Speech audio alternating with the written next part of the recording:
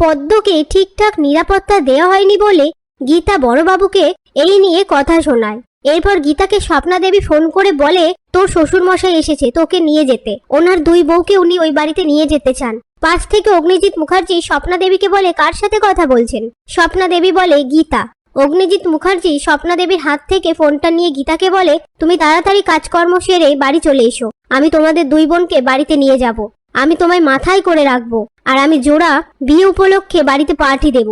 গীতা বলে, আমি এক্ষুনি আসছি। অগ্নিজিৎ মুখার্জি গীতাকে বলে, কোনো সমস্যা হয়েছে?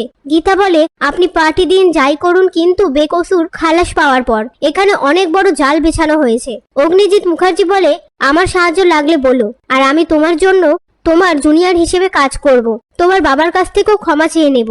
এই বলে ফোনটা রেখে দেয়। এরপর অগ্নিজিৎ মুখার্জি গণেশ গাঙ্গুলির কাছে তার ভুলের জন্য ক্ষমা চেয়ে নেয় আর বলে, আপনি চলুন আমার বাড়ি, ওখানে গিয়ে খাওয়া দাওয়া হবে, আর আমরা দুজনে মিলে আইনের সার্চ করব, আইনের চর্চা করব।